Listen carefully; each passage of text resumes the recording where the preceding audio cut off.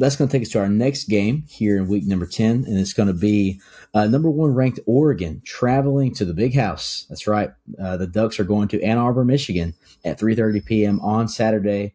The ESPN FPI is giving Oregon a 78% chance to win this game, and the spread officially has Oregon by 14 and a half.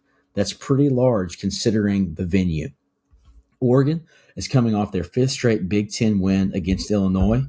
Michigan coming off a bounce back win against Michigan State, their rivals from East Lansing, after a tough loss to Illinois just a couple of weeks ago by the Blue.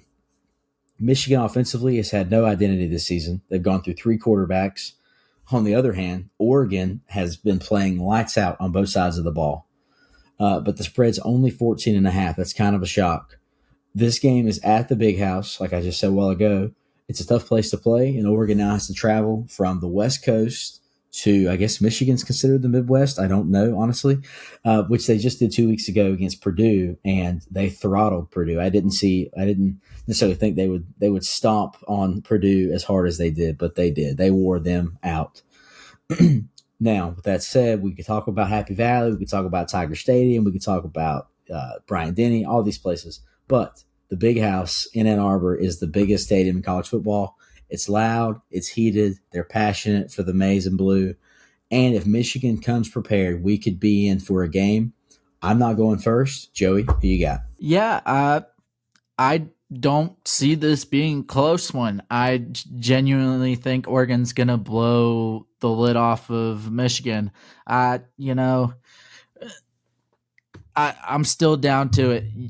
We don't know who is better out of the three quarterbacks who have started or who have played for Michigan. And the cover athlete, Donovan Edwards, every year is his year.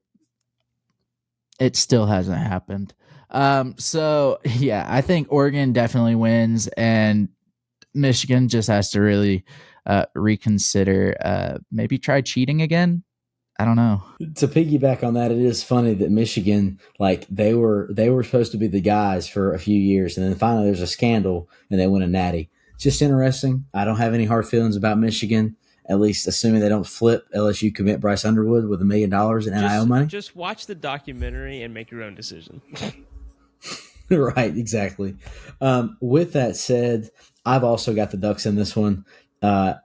I think it could be a game. I don't know that I'd like Oregon to cover, but honestly, I think they really could. It's hard to say because Michigan can be so up and down at times. I thought Michigan had a good shot against Washington just a few weeks ago, but Oregon, again, they beat Ohio State down the stretch, and they absolutely, just ran Purdue into the ground. 35-0, a shutout against the Boilermakers. I like Oregon in this one. I think they have a chance to cover. I don't know that they will, but easily a double-digit win, probably 10. This will be a good one. The Ducks, they look good, and college football seems to be in a good place when Oregon's at the top. So I've got the Ducks in this weekend. Gonna have to disagree with that last one there. However, I do have the Ducks in this one. I am going to take Michigan to cover. I think that for a game like this, teams can just show up when they need to. Take Vandy, for instance. When they struggle against Ball State last week, but they've already beaten Alabama, and then they almost beat Texas. I think Michigan's going to be in the right headspace. It's in their house. They got to play Oregon. Oregon's got to come to them, though. They got to play in their stadium, and it's big and it's loud. But I do think that the Ducks win. I'm with Isaac. I think that the Ducks win by about 10. But I think that Michigan keeps it close for a while until the Ducks are able to pull it away near the end. But yes, Oregon to win, Michigan to cover.